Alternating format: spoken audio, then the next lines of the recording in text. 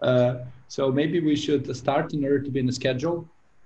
So guys and girls, I hope the persons are coming back after the coffee break. So it's my enormous pleasure to introduce Sliman Bensmaia. So as he defines himself, I assume he's a neuroscientist studying sensory information encoded in the nervous system and brain. And both the sense of touch and the position of limbs through the space are his main research interest.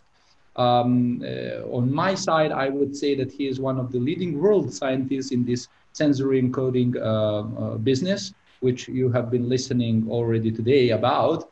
And just to cut the connection with what was happening before, when I was speaking about the importance of those paresthetic informations and misuse of those by amputees or other type of disabled persons, Sliman is one of very few persons in the world who is tackling that. So he is trying with his group and research to transform this less useful information into the more neurologically plausible one through the very cleverly designed experiments and algorithms, both done in animals and also with a strong modeling component. So it's my big, huge pleasure to give a word to Sliman and enjoy. Hey, thanks a lot, Stani. I guess you gave my talk for me, so I'll take any questions now. Just kidding. Good one. So, right. So as Stani mentioned, I think I just want to introduce the main, the stuff that gets me out of bed in the morning and to frame what I'm going to be talking about, which is more sort of the engineering application of it. And I think what we do in my lab, most of what we do in my lab falls under the rubric neural coding. And since I'll be talking about touch, I will use touch as an example, although as Sunny mentioned, we also study proprioception. But when we grasp an object in our hand, we have information about its shape, its texture, its motion, if it's moving across our skin. And all of that begins with a pattern of skin deformation, which is what the squiggly line is, right? And this pattern of skin deformation triggers or activates nerve fibers that innervate the palmar surface of the hand. And there's, between 10 and 15,000 of them.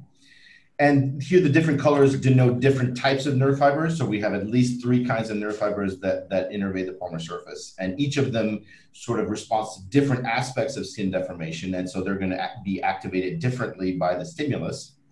And then this pattern of, this activation in the nerve propagates up the nerve, propagates up a short distance of the spinal cord, and then propagates down the somatosensory neuroaxis, first in the cuneate nucleus, then in the thalamus, and then through multiple stages of processing in cortex, ultimately giving rise to this very vivid and detailed percept of the object that we're holding in our hand, right? And so what we're interested in, what we spend most of our time doing is trying to understand how this information is encoded in these patterns, how information about the stimulus, this object, is encoded in these patterns of neural activation. And then how these patterns of neural activation then give rise to the sensory experience that we have of the object, right? Which is obviously, not a veridical representation of the object. There's certain aspects of it that we lose, there's certain aspects that we preserve, and we're interested in that process of how perception arises from these patterns of neural activation. So there's really 2 pieces there. One, understanding how the stimulus is encoded in these patterns, and 2, how these patterns give rise to perception. And we do this in a sort of, in a computational neuroscientific approach where we are trying to make draw quantitative relationships between the stimulus and these patterns of neural activation, and between patterns of neural activation and perception.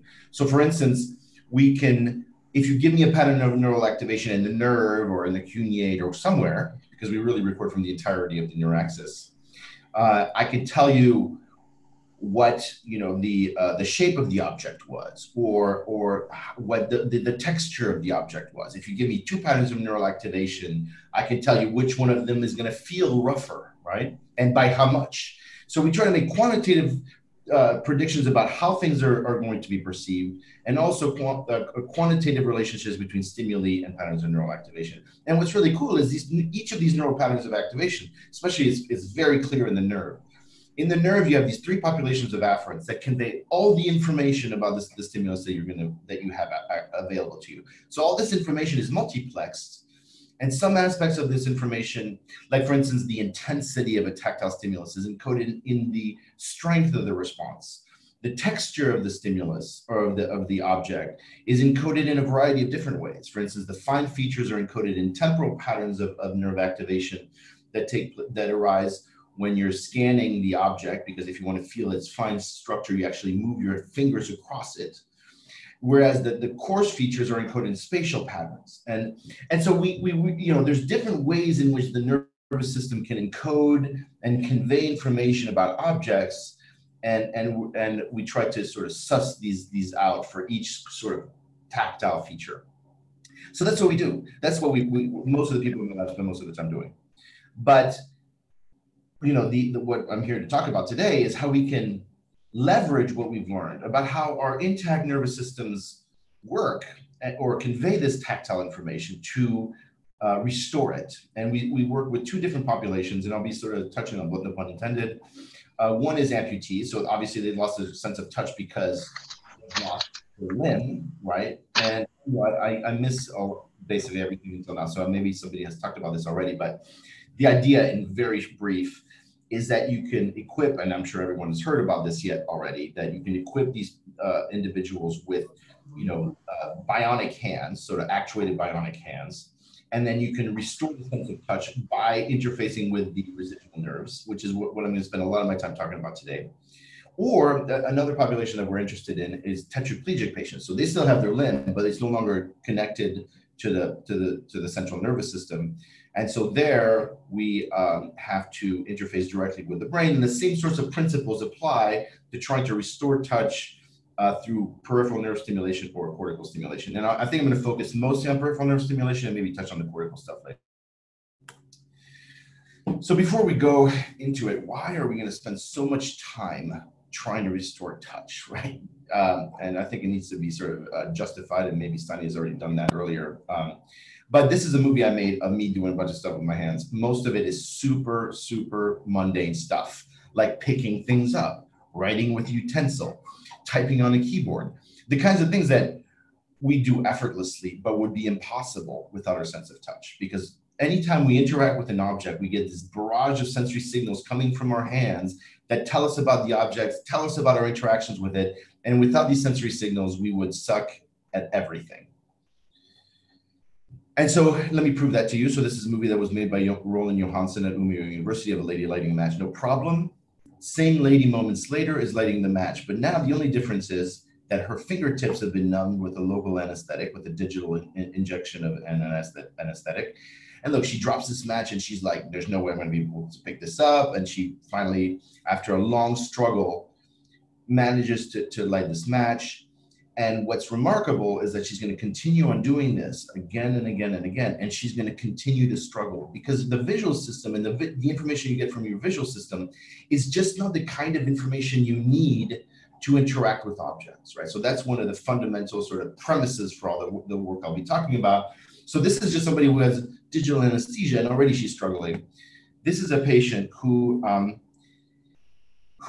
suffers from a neuropathy that has destroyed all his A beta fibers. And so, and I heard Sav was talking about A beta fibers, so you guys know what's up. Basically, he lacks the senses of touch and proprioception, right? And he's doing something even easier than trying to light a match. He's just trying to grasp this coffee cup and bring it to his mouth. And when you see that he struggles mightily, and if you didn't know anything about this guy, and I didn't tell you anything, and I just asked you, what do you think is wrong with him? You would think he has a severe motor impairment. And it really highlights the yin and the yang between the somatosensory motor systems, where really one does not work without the other. So that's sort of the framing of this, the whole thing. Now, here is a movie by my colleagues at the University of Pittsburgh Medical Center of a tetraplegic patient controlling a brain control, or controlling a prosthetic arm with brain signals. So this is, her name is Jan. You can see the top of her head in the bottom right corner. And so she's been implanted with an array of electrodes in primary motor cortex. So this is the part of the brain that sends signals to the muscles to move the body. And my colleagues at Pitt have developed algorithms to read out the signals from primary motor cortex and then from these signals infer what she intends to do, and then they can make the robot do this, right? Because the idea is when you move your arm one way, you have one pattern of activation in this part of the brain. You move your arm another way, you have a different pattern of activation. So from these patterns of activation, you can actually guess what the patient wants to do, and then you can make the robot do that. And so, you know, and they're very good at it. And there's a cottage industry of people developing these kinds of algorithms, and actually they're remarkably simple. But and if you're seeing this for the first time, which I doubt many of you are, you're thinking, wow, what an amazing scientific and technological achievement, right? This person is controlling this extracorporeal anthropomorphic robotic arm with her mind. But if you're seeing this for the nth time, you're thinking, well, I probably could, you know, do better than that. But when you think about, you know, in terms of just the dexterity of moving objects, but when you think about the last guy I showed you, this is roughly his performance on this task, right? If he were doing this, that's about how fast he would be at it. So the idea is, if you want to achieve a bionic hand that is endowed with the dexterity that our hands are endowed with, you're going to need not only to have a sweet robot and some awesome control signals, but you're also going to need to restore the sensory signals. And that's what we're angling to do. So how are we going to do that? This is sort of a fun movie about the brain-controlled stuff. And the idea is when you touch an object, when you grasp an object, there's a pattern of deformation of the skin that produces a specific pattern of activation in nerve fibers that I just talked to you about, which ultimately gives rise to a pattern of neural activation in somatosensory cortex. It depends on what you touch and how you touch it. These bionic hands have sensors on them. And what we do, and this is for peripheral nerve or cortical interfaces, we devise the algorithms to take the output of these sensors and convert them into patterns of electrical stimulation of the nerve or of the brain to mimic, to the extent that we can, these natural patterns of activation. Because of course, if we could mimic exactly how the nervous system responds to a tactile stimulus, then we could restore touch completely, right? So that's hopefully obvious to everyone. So there's a variety of peripheral nerve interfaces, and what we do is completely ecumenical as to which interface you use. They each have their advantages and disadvantages in terms of their selectivity, in terms of their robustness and longevity. And I'm not going to get into that debate. But the point is, what I'm going to spend the next few minutes talking about is how we can interface with the residual nerves to restore the sense of touch. The idea being, after an amputation, you still have the nerve that innervated the hand is still present. If you put electrodes, stimulating electrodes in that nerve, you elicit very vivid sensations projected to the phantom hand. And so the idea is how should we stimulate that nerve to create sensory feedback that is maximally natural and maximally intuitive. So let's go back to, when you interact with objects, how does your nervous system encode information about objects, right? The idea is, and this is kind of depressing actually, that when you're interacting with an object, so you have 12,000 nerve fibers that respond, that innervate the palmar surface of the hand roughly, and every single one of them is sending a different message. That message is going to depend on what type of nerve fiber it is going to depend on where the nerve fibers is relative to the contact points with the object. And it's also there's even idiosyncratic differences across nerve fibers. So you have this huge barrage of signals coming from the periphery, and somehow your brain or your central nervous system is able to interpret these signals effortlessly. And some of you might never even have thought about touch, and so it just comes so naturally, right? So the key though is that each of these nerve fibers sends a different signal, and a lot of them, hundreds or thousands of them, are active during even the simplest of manual interactions with objects. So this is, if you had, in the distant future, when this problem is solved, this is what it should look like, right? You have, you have the sensors on the prosthetic hand tell you about the object or give you information about the object and contact events, right? Then and again, this would produce a very idiosyncratic pattern of activity in each of 12,000 nerve fibers. Ideally, what you would do is reconstruct what each of these nerve fibers would, how each of these nerve fibers would respond.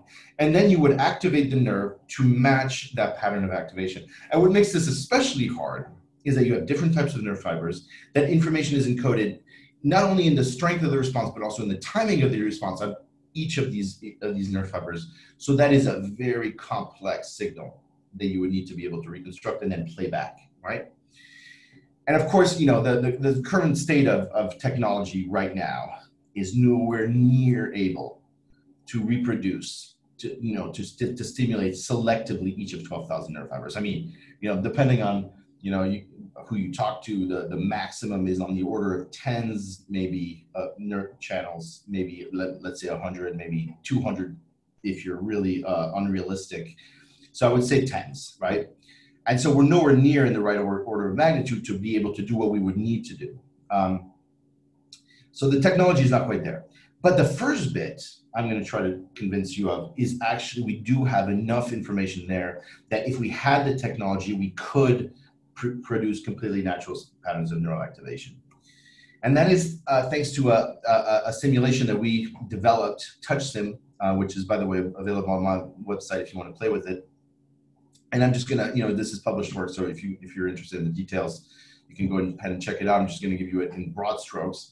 The idea is when we interact with an object, the skin deforms, and there's a whole, you know, biomechanics of the skin that needs to be built in to understand the responsive receptors in the skin and then the afferents that innervate those receptors. So TouchSim, you give it a pattern, an object, right? And then it reconstructs how the skin would respond to that object. It tiles the skin of the whole palmar surface of the hand with these three populations of afferents at their known densities. And so then it can compute what pattern of deformation each of these 12,000 nerve fibers would experience.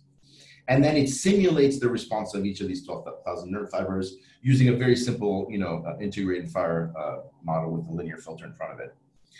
So the model itself is just kind of, you know, pretty simple in its components. You know, just if in case you got lost somewhere in the last second, I'll just say that this model takes the pattern of stimulation of the skin and outputs the spiking response of each of the 12,000 nerve fibers that innervate the palmar surface. And this model, you know, which we developed, you know, again, I don't want to go into too much detail, but we actually measured the responses of afferents and created this model to match these responses precisely. And match these responses not only in the strength of the response, which the model does very well, but also in the timing of the response, because we have now amassed, we and others have amassed a lot of evidence that these nerve fibers don't just convey information in the strength of the response, but also in the timing of the response, right? So this model can reproduce both. So you can see on the top, it can reproduce precisely how strong the response was, and in the bottom, it can even reproduce the spike timing, the timing of individual spikes produced by stimuli with millisecond precision, right? So now we know how the nerve would respond to basically any arbitrary stimulus. So this is just a movie to show you how this works, right? So basically what you do here, this is an edge indented into the skin. This surface here shows you how the skin would deform in response to this edge. This is the innervation of the three types of nerve fibers, SAs, RAs, and PCs. And each here, what you see is every time one of these dots lights up, that means one of a nerve fiber that innervates that little spot was activated. You can see, for example, well-known properties that RAs and PCs only respond at the onset and the offset of the indentation, whereas SAs respond throughout the indentation, and they're the only ones to do that, et cetera. So, you know, so you can really reconstruct how the entire nerve would respond to the stimulus. Here's another one. This is something that's near and dear to my heart because I've been studying this for a long time, which is this is the response to textures. Hold on. Oops. Right, so you can reconstruct the response of populations of afferents to different types of textures and have really a complete representation of what the signal is from the nerve to the brain. And this is actually a really useful scientific tool to try to understand how information is encoded in the nerve. Okay, so now let's go back and talk about neuroprosthetics again. So here we have, when you grasp an object, you just grasp an object and then you let go of it. This is what the neural response looks like. First, you have these massive transient at the onset and the offset of the contact with the object. And during maintained contact, you have a much, much weaker response. And that's because of what I just told you. RAs and RAs and PCs are only active during the transient phases, and only the SAs are responding during the maintained contact. So you have a much weaker response. And in fact, also you have many fewer afferents that are activated during the sustained response. It's just a handful of them compared to the transients, right? So that's how the nervous system, or the nerve actually, responds to grasping an object, right? Now, up until relatively recently, most of the sensory encoding algorithms, what they did to convey information about that is you would have this RAM that is when you exert force on the object, then you maintain force, and then you let go of the object. So this is basically what the force looks like, and that's what the stimulation would track. It would track these sort of ramps. And as you can see, it looks nothing like how the nerve responds to that, right? So the question is, if you build in this more naturalistic sensory feedback that, in this case, for instance, emphasizes the transient phases of contact, do you get more useful sensory tactile feedback? And by the way, this is also true in the brain, where you have these massive transients that not only are much stronger than the response to the sustained contact with the object, but also very informative about the nature of the contact, how much force you're exerting on it. So what we've done is, so one way you can do this is you take touch sim that I showed you a few minutes ago, and then you use it to simulate the response of all 12,000 nerve fibers. But what I told you earlier is you can't actually selectively stimulate each of those 12,000 nerve fibers. So that's just more detailed than it needs to be, right?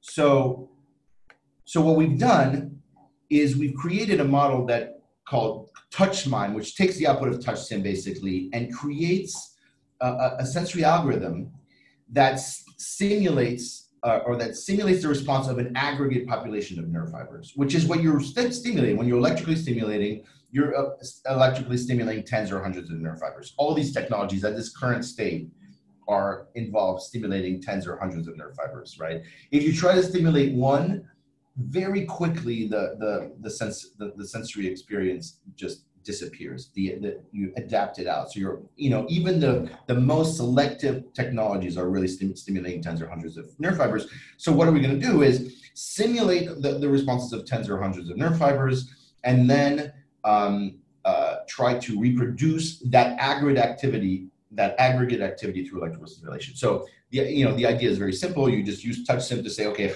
how would all the nerve fibers respond? And then you just look at the aggregate activity of a subset of these fibers and try to reproduce that.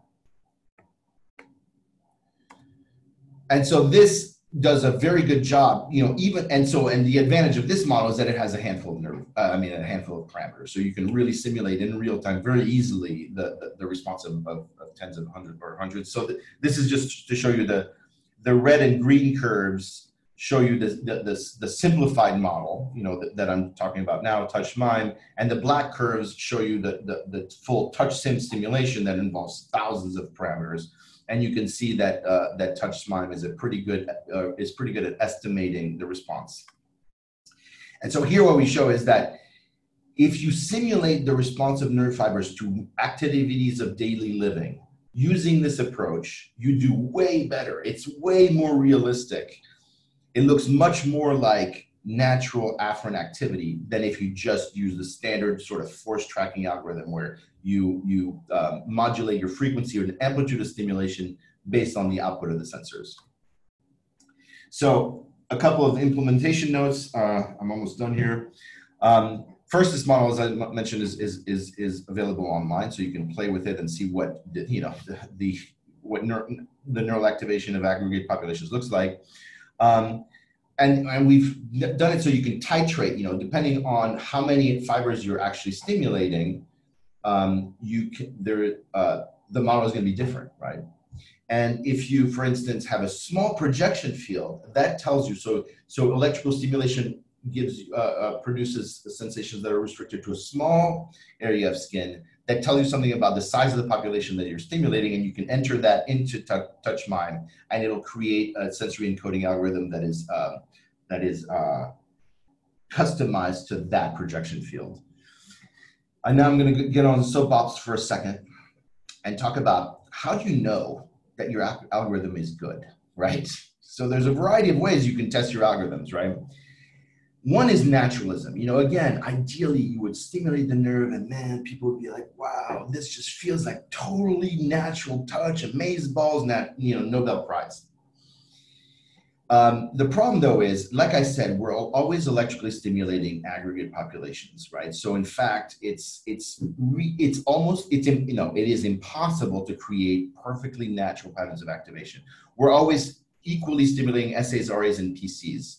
And so the potential to create a natural pattern, given this current state of technology, is pretty limited. And so there's some evidence, maybe I'll show it to you, maybe not, that you get slightly more naturalistic percepts, but that I think that's is a pretty modest improvement in naturalism. But the important thing is, or one of the important things is, or one of the ways you can test your sensory encoding algorithm is how informative it is. How much better are you? I mean, or rather, what does it tell you about the objects that you're grasping in your hand? And I think these algorithms have been shown to be better in terms of conveying information about objects. And most importantly, these algorithms, I think, now have been shown by several groups now, by all the groups that I know of, to produce more functional sensory feedback. That means that the subjects that use these biomimetic algorithms or algorithms like them are more dexterous in their use of their bionic hand. So I think that's ultimately an important test of their functionality. I just want another note of caution though. You can have the sweetest sensory encoding algorithm in the entire world, but if your control of your hand is mediocre, you're not going to see any benefits. And I think one of the things that we need to really think about in this community is how the sensory feedback interacts with the motor control, because it's a yin and the yang, like I said earlier. And if you have a naturalistic sensory feedback, but crappy or even non-biomimetic control algorithms, like for instance, one that is based on classification, you might not see the benefits of a better sensory feedback algorithm. Okay, actually that's all I got. This is my lab. These are my funding sources, and thanks for your attention.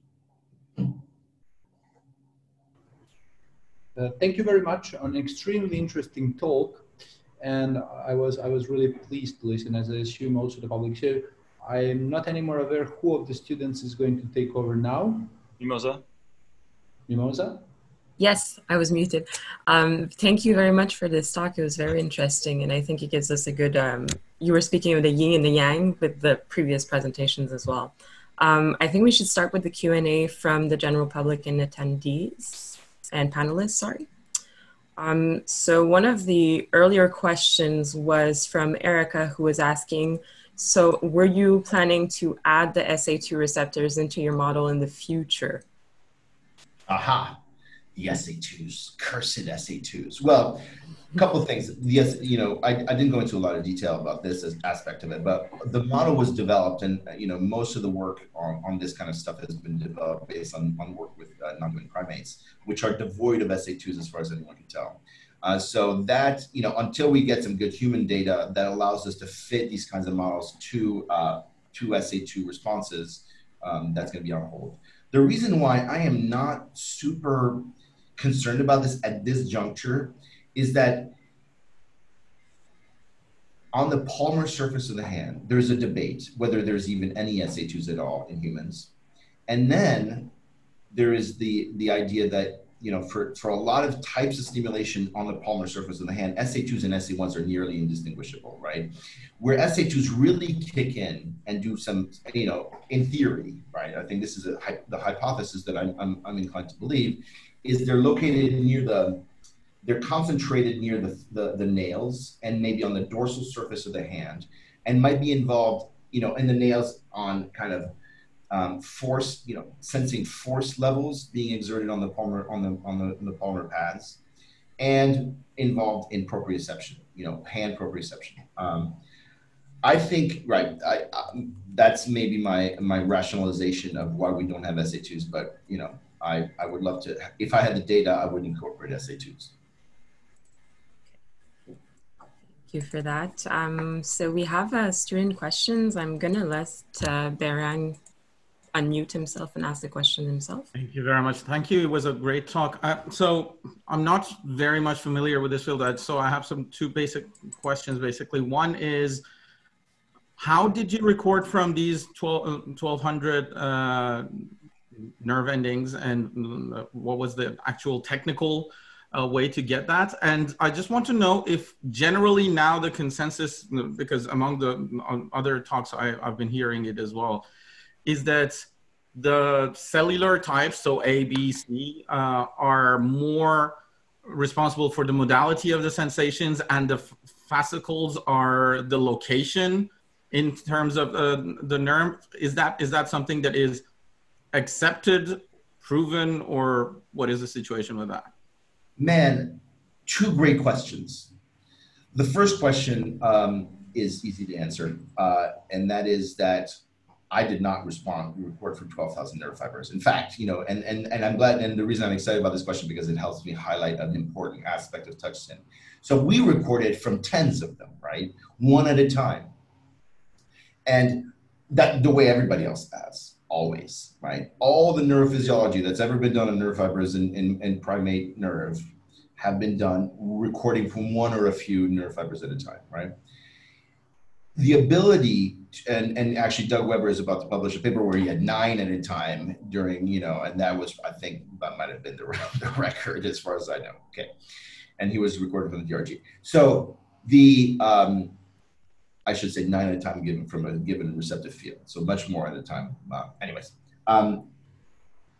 And so everything we know about the nerve is based on responses of individual nerve fibers. And then there has been sort of these ways to try to reconstruct how populations of nerve fibers would respond, but these are sort of very approximate, right?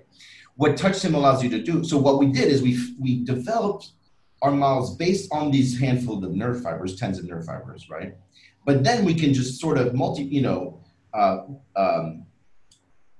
just repeat the same nerve fibers tiling the entire hand. So now we can reproduce the representation or the response of the entire population. And I don't have a lot of time to get into it, but some of it is already published.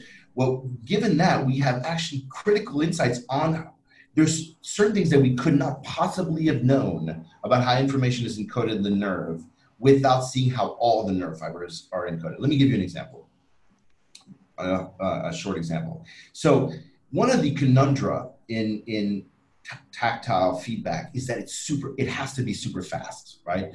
You don't have time to grasp an object, wait 200 milliseconds to know that it's slipping, because by then it's too late, right? You need to have information and these interactions happen so rapidly that this information has to be really fast. And there was this really intriguing and excellent idea by Roland Johansson that because it's fast, you don't have time to integrate it over time. And therefore, probably what you're trying to do is use the first spike, right? And so this was a really interesting idea from a neuroscientific standpoint, because it's like, then the downstream neurons would have to be able to interpret first spike information. And when strong, first spikes and what they tell you about the stimulus, which went against sort of the dogma at the time, which was that really information is encoded spatially. And Roland made a very good point of, well, if it's encoded spatially, it's going to be too slow, right? Because you have to integrate over time. But what we were able to show with TouchStim is that, in fact, you don't have to integrate it over time when you have a shitload of nerve fibers, because you can encode or integrate over space. And that information actually develops much faster than you could have possibly imagined had you not been able to reconstruct that population response. The second one is, what's the second point? Briefly, I forget. Basically, the anatomy of the system is the different types. So what's important? Modality, right? So I think here's the standard sort of cop-out answer, but I think is actually true in this case, which is that, for biology, is that it's both, right? So of course, the quality of so first of all, I want to strongly speak against what I think is a dangerous myth about touch. And that is that there's three different modalities that that operate completely independently. You have SAs, RAs, and PCs, and they can do different things, convey different kinds of information. I think that's a load of shit. These afferents, signals from these afferents are integrated, and your perception of anything, texture, shape, whatever, motion, relies on the integration of signals from these three afferent types, right? Now, of course, the sensory experience that you're going to have is going to depend on the relative activation of these three different populations of afferents, but not just on that. The quality of the percept, whether it feels like a texture or motion or shape, is going to depend on which nerve fibers are activated and which types they are, what is the spatial distribution of their activation, what is the strength of their activation, and what is the timing of their activation. And all of these in combination contribute to the sensory experience. And I think it's just, it doesn't make any sense to say it's just this or it's just that. It's all of it, right? And that's good news, because we can't control right now. There's people working on it, but we can't control the relative activations of SA, RA, and PC. We just blast away at all the A-beta fibers, right? But at least we can control the spatiotemporal envelope of that response. And there is evidence to suggest that to the extent that we respect what the spatiotemporal envelope of that response would look like, we just get a better feedback algorithm. But then the fascias, fascicles. Sorry, we should give a space. Sorry, we should give a space also to other questions. There were many. Sorry for that. So there was Marco Capogrosso asking for a question since a while. Go, Marco. Sorry, Birang. Hi, Sliman. Hey. Nice talk. I really love the model that you made. And I mean, you clearly brought a lot of new insights into touch and somatotopography of these fibers or the hands. I think these are really significant advances. But I just wanted to have your take on proprioception, whether you were planning to do something about it at all, because, you know, and this is becoming a significant problem. And when I was looking at your model, for example, during indentation, like all the types of mechanoceptors respond to indentation, but we have problems in proprioception, whereas, for example, 1B and 1A afferents that are from the same diameter class have completely opposite response during the same action. So how do we do with that, and why we don't even feel proprioception at all with sensory neuroprosthetics? Yeah, man, I think we're fucked. To answer your question, I mean, yes. I think it's fair to say that all attempts to reproduce proprioception have been pretty massive failures. And I think for the exact point that you said. So in touch, what we have at least is all the nerve fibers in the fascicle. So this is actually an answer to the last question of the last speaker, or the last question, is all the nerve fibers in a fascicle have a common receptive field, right? So they signal at least one thing in common to the brain, and that is where the touch happened, right? But all the proprioceptive fibers that are all bunched together are telling all kinds of different things. And I think, I mean, this is of course speculation, but I think it's pretty reasonable speculation to think that, in fact, our failure to produce proprioceptive feedback is because all this stuff, all these signals are mixed in together, and there's not enough topography in the fibers to actually convey a clear signal. So the signal, though, one day, hopefully, we'll have better signals or better selectivity. And one of the things I would love to do, and if anyone is interested, just direct message me and let's talk about it, is to achieve the kind of detailed understanding of the proprioceptive signals that we have of tactile signals. And of course, one of the depressing, nasty things about it is the gamma motor drive, where these freaking signals are being modulated by efferents. So I'm glad that's not my job to try to figure out how to do proprioceptive feedback, because it's pretty daunting. Yeah. Thanks, After, of course, controversial questions from Capogrosso, we have a question from Professor Navarro, who wanted to ask you something. Hi, very nice talk, thanks. I have a couple of questions indeed. One is, thinking about translating the feedback to the cortical brain, from the sensors in the robotic hand, for example. How can deliver it so we are able to match the type of sensation. You know, cortical columns are arranged in a way that some are preferentially receiving information from SA1, RA1, TCs. So, and this is a very complex map of the somatosensory area. Do you think we really would need that? Because otherwise, if there is this non so specific delivery of feedback, why do we need so much refined translation of the stimulus? And related to this, it comes to my thinking that probably getting information from tens, hundreds of sensory afferents and know the profile of each could help us to identify the best sensory profile. But eventually, we have to simplify this for a very simple feedback. If we are not able to rely on this separate, topographically separated in the periphery, but very, very close together, and also for this complex array of cortical columns. So what do you think? Okay, so there's a lot there. Let me see if I can parse some of it and answer part of it. I mean, this, you know, this huge question, but to answer the second bit, right? So maybe the whole thing, right? One of the fundamental premises of my talk, right, is that you cannot selectively activate individual nerve fibers. The best you can hope to do is activate aggregate nerve patterns of aggregate activity. I mean, you can mimic aggregate patterns of neural activity, and this is true in the nerve or in the brain, right? In the brain, you're blasting milliamps of current, you're stimulating hundreds of thousands of neurons, and that's the best you're going to be able to do anytime soon. And the brain, it's a nightmare because it's all interconnected. At least in the nerve, it's all independent channels. In the brain, it's a circuit, so that adds a whole layer of complexity that we need to try to understand, and that we're trying to understand actually in collaboration with Lee Miller and Warren Grill. But I just wanted to say one thing. First of all, the columns.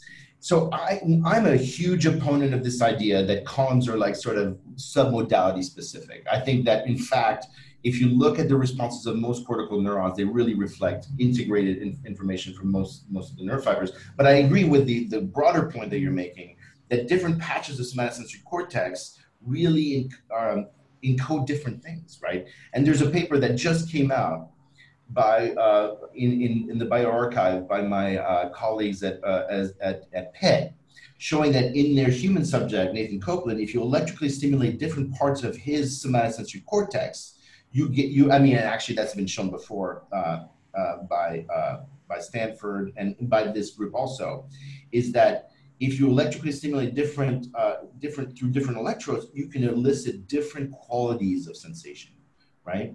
And that is going to depend less on what the peripheral afferent input is, but rather on what this chunk of cortex is specialized. The neurons around the electrodes are specialized for. So, you know, just like in the visual system, you have some neurons that are good that are specialized for motion processing, other for shape processing, other for color processing. You know, this is a little bit naive, but in general, it's true also in somatosensory processing, where you have some neurons that are preferentially texture, let's say, others that are more in motion, others that are more sort of shape. And depending on where your electrode is, there's going to be a preponderance of different kinds of neurons, and that's going to evoke a different sensory quality, right? Or activation of these neurons.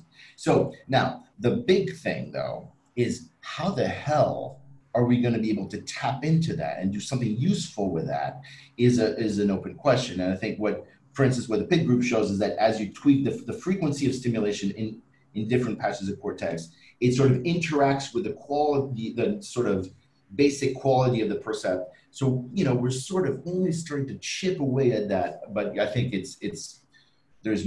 don't think there's a good answer out there. Thank you, Sliman. So since we are a little bit out of time, the next one would be from Oz, the student. Yes, hi. So sorry for my camera not working. So I have two questions. One is, would it be possible with the touch sim to simulate the touch sensation without the need of a mechanical receptor in a robotic hand? So like by using a computer as the input source instead? And if so, would you be able to send the same input to multiple people and like they would feel something somewhat different depending on their subjective experience? Right. So I think that's a fun kind of augmented reality thing. So here's what I can say about that. So we could we simulate a generic nerve fascicle with or all the nerve fascicles, right?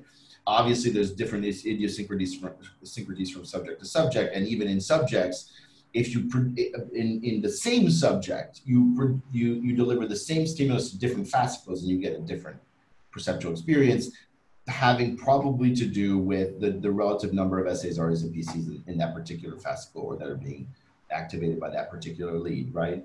So if you stimulated 3 people with the same, or a bunch of people with the same stimulus through this peripheral nervous interface, probably you would get different sensations, right?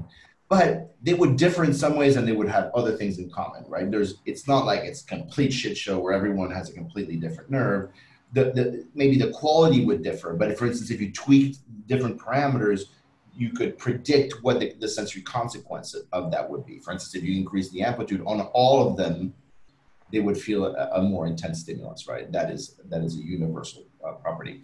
I will just say one thing, just to kind of riff on what you just said. One of the things we're working on in my lab is developing a virtual environment where monkeys can interact with virtual objects and get tactile feedback where you can use the physics engine to reconstruct the contact events, and then you can in real time reproduce the sensory or with these algorithms stimulate the brain or the nerve to produce the percepts, or to try to mimic the percepts that would be produced if these were actual objects.